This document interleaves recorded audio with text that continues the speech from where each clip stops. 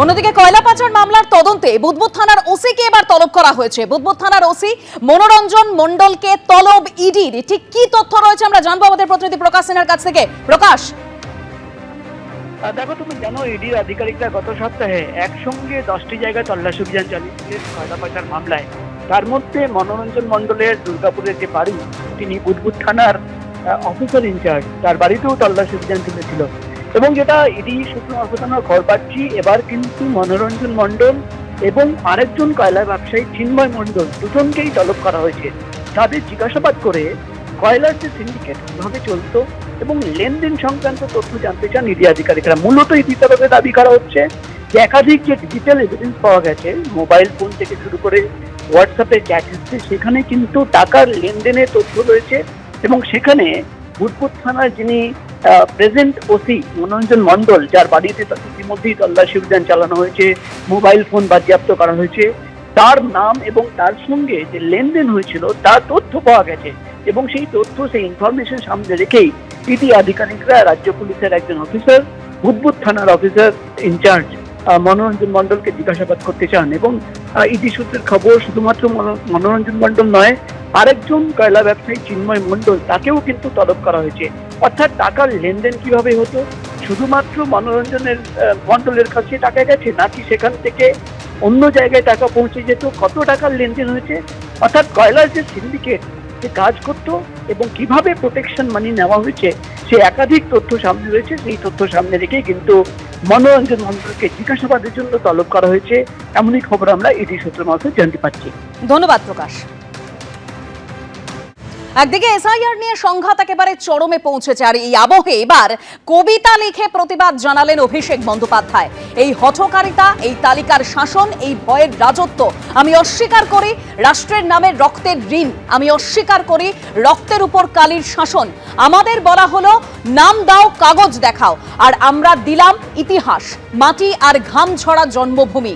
তারা বলল এগুলো যথেষ্ট নয়। আমরা বললাম তবে বলো কোন ধারায় মৃত্যু বৈধ হলো। 150 এটা সংখ্যা নয়, এটা রাষ্ট্রের লাগানো আগুনে মানুষের চিৎকার।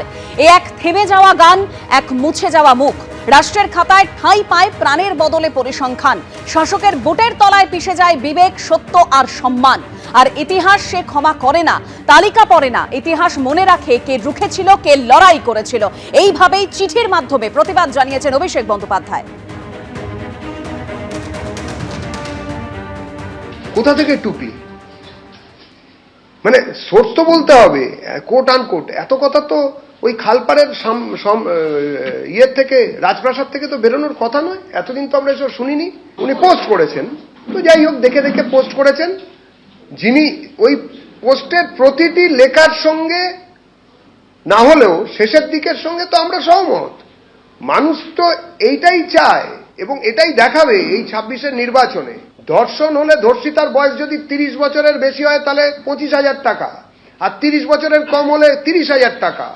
যারা এরকম ডিম ভাত 5 টাকা, সবজি ভাত 3 টাকা 20, আর মাংস ভাত হলে 15 টাকা, মহিলাদের সম্মান এভাবে নির্ণয় করতে পারেন, তাদের মুখে এইসব কথা, বাপরে, এ কারা বলছেন, কিভাবে বলছেন? যাক, এসবের চর্চা করুন, এরপরে বহুদিন ধরে এসবই লিখতে হবে, সময় পাবেন। আর ইতিমধ্যে যেরকম খবর পাওয়া যাচ্ছে যে মুখ্যমন্ত্রীর করা এসআইআর মামলার শুনানি সুপ্রিম কোর্টে ইতিমধ্যেই শুরু হয়ে গিয়েছে। আর সূত্রের যা খবর যে সমস্ত মাইক্রো অবজারভারদের অপসারণ চাইতে পারে পশ্চিমবঙ্গ সরকার।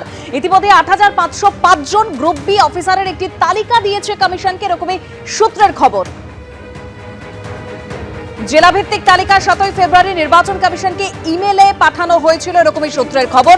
মাইক্রো অবজারভারদের যে সমস্ত সিদ্ধান্তে তারা একমত নয় সেগুলি বাতিল করা হোক দাবি জানাতে পারে পশ্চিমবঙ্গ সরকার। ইতিমধ্যেই সেই মামলার শুনানি শুরু হয়েছে।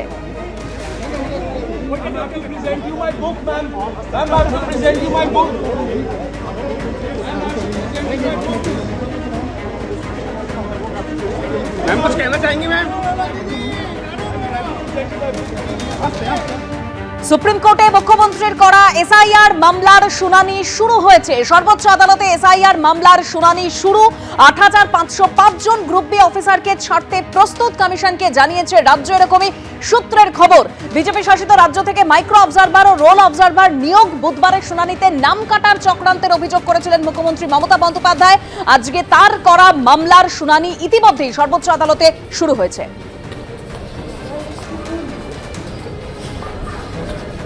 মাননীয় মুখ্যমন্ত্রী 1, 2, 3, 4 করে পয়েন্ট করে করে যতগুলো চিঠি দিয়েছেন জাতীয় নির্বাচন কমিশনকে, উত্তর দেওয়ার মুরদ নেই, উত্তর দেওয়ার মুখ নেই, উত্তর দেওয়ার সৌজন্য নেই তাদের।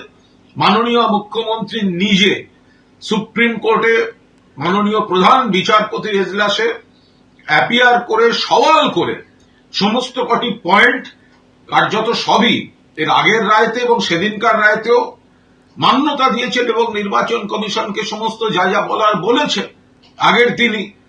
ফলে এই এসআইআর নিয়ে সাধারণ মানুষকে, এমনকি মতুয়াদের, রাজবংশীদের, বহু হিন্দুকে তারা যেভাবে বিপদে ফেলেছে বিজেপি, এখন নানা ধরনের নাটক করার চেষ্টা করছে, জনগণের সঙ্গে তাদের সম্পর্ক নেই।